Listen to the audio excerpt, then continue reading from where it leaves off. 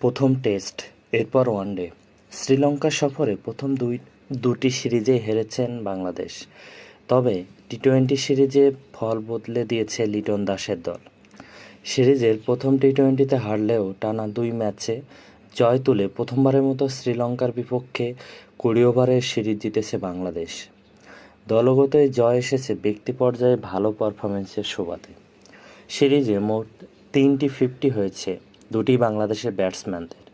মোট ছক্কা হয়েছে ৩৩টি, তার মধ্যে বাংলাদেশেরই ২০টি। সিরিজ শেষে ব্যাটিং ও বোলিংয়ের শীর্ষে থাকা শীর্ষে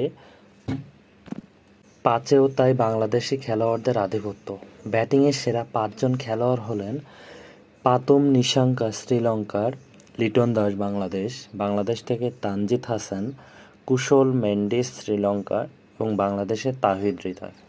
বোলিংয়ে শেষ ৫ ক্রিকেটার হলেন মেহেদী হাসান বাংলাদেশের রিশাদ হোসেন, বিনুরা ফার্নান্দে শ্রীলঙ্কা, সাইফুদ্দিন বাংলাদেশ, নুয়ান তুষার শ্রীলঙ্কা। বিস্তারিত ডেসক্রিপশন।